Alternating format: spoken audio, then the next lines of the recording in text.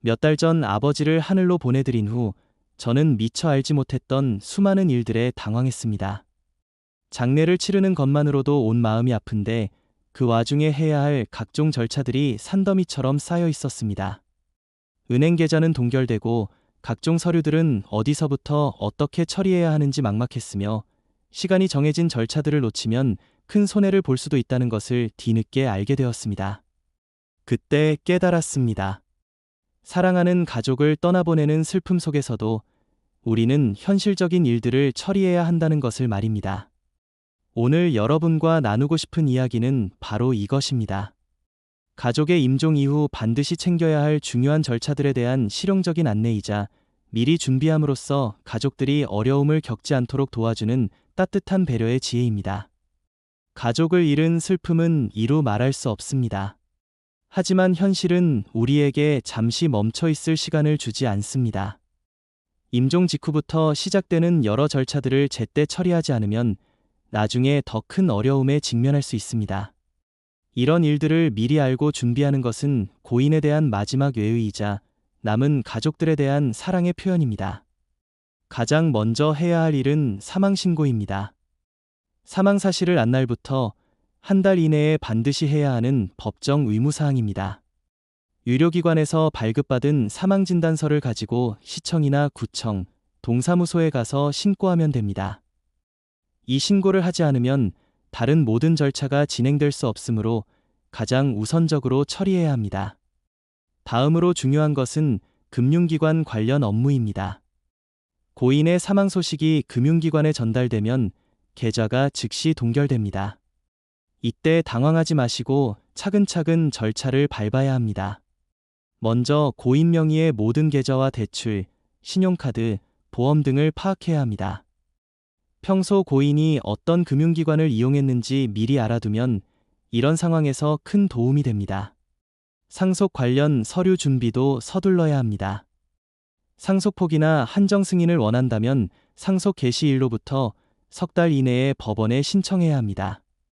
이 기간을 놓치면 자동으로 단순 승인된 것으로 간주되어 고인의 모든 재산과 부채를 물려받게 됩니다.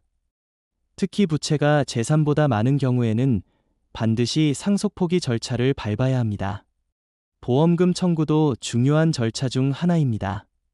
생명보험, 상해보험, 국민연금, 공무원연금 등 고인이 가입했던 모든 보험에 대해 사망보험금이나 유족급여를 청구할 수 있습니다. 다만 이런 청구에는 시효가 있으므로 가능한 한 빨리 처리하는 것이 좋습니다. 보통 사망일로부터 2년 이내에 청구해야 하는 경우가 많습니다. 세무 관련 업무도 놓치면 안 됩니다. 고인의 소득에 대한 준확정 신고는 사망일이 속한 달의 말일부터 4개월 이내에 해야 합니다. 또한 상속세 신고는 상속 개시일이 속한 달의 말일부터 6달 이내에 완료해야 합니다. 이런 세무 신고를 제때 하지 않으면 가산세가 부과될 수 있으므로 주의해야 합니다.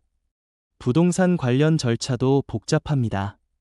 고인 명의의 부동산이 있다면 상속 등기를 해야 합니다. 법적으로는 의무사항이 아니지만 등기를 하지 않으면 나중에 매매나 담보 설정 등이 불가능하므로 가능한 한 빨리 처리하는 것이 좋습니다. 특히 공동상속인이 여러 명인 경우에는 나중에 분쟁이 생길 수 있으므로 더욱 서둘러야 합니다.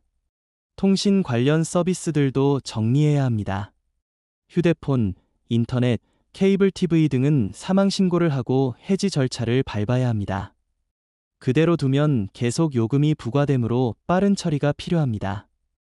다만 휴대폰의 경우 추억이 담긴 사진이나 연락처 등이 있을 수 있으니 미리 백업해두는 것이 좋습니다. 자동차 관련 절차도 있습니다. 고인 명의의 자동차가 있다면 상속이나 매각, 폐차 등의 절차를 밟아야 합니다. 자동차 보험도 변경하거나 해지해야 하고 자동차세 등의 세금 문제도 정리해야 합니다. 공적 서비스 관련 정리도 필요합니다. 건강보험, 국민연금, 고용보험 등의 자격상실 신고를 해야 하고 장애인 등록증이나 국가유공자 관련 혜택 등도 정리해야 합니다. 또한 각종 복지 서비스나 공공서비스에 대한 자격도 점검해봐야 합니다. 이 모든 절차들이 복잡해 보일 수 있지만 차근차근 하나씩 처리하다 보면 해결됩니다. 중요한 것은 당황하지 않고 체계적으로 접근하는 것입니다.